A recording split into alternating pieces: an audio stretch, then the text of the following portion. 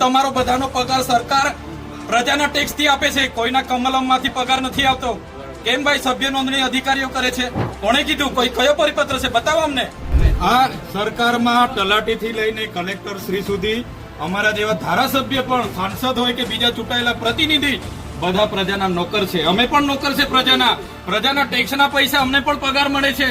એટલે કોઈ પણ અધિકારીએ પોતે માલિક છે એવું સમજવાનું નથી. આજે આ બધા માલિકો આવ્યા છે, જવાબ માંગે છે. કલેક્ટર, ડીડીઓ, નિયામક ડીઆરડીએ ના અને 5 તાલુકાના ટીડીઓ ને બોલાવો, પછી જ અમે અહીંથી ખસીશું.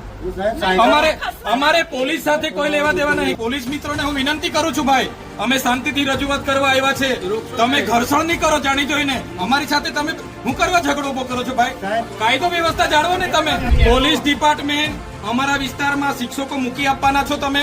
અમારા વિસ્તારમાં જે આધાર કાર્ડના કેન્દ્રો નથી ચાલતા, રેશન કાર્ડના સર્વર નથી ચાલતું, આયુષ્માન કાર્ડ નથી ચાલતા, તમે અમને બનાવી આપવાના હોય તો બોલો. કેમ તમે વચ્ચે આવો છો ભાઈ?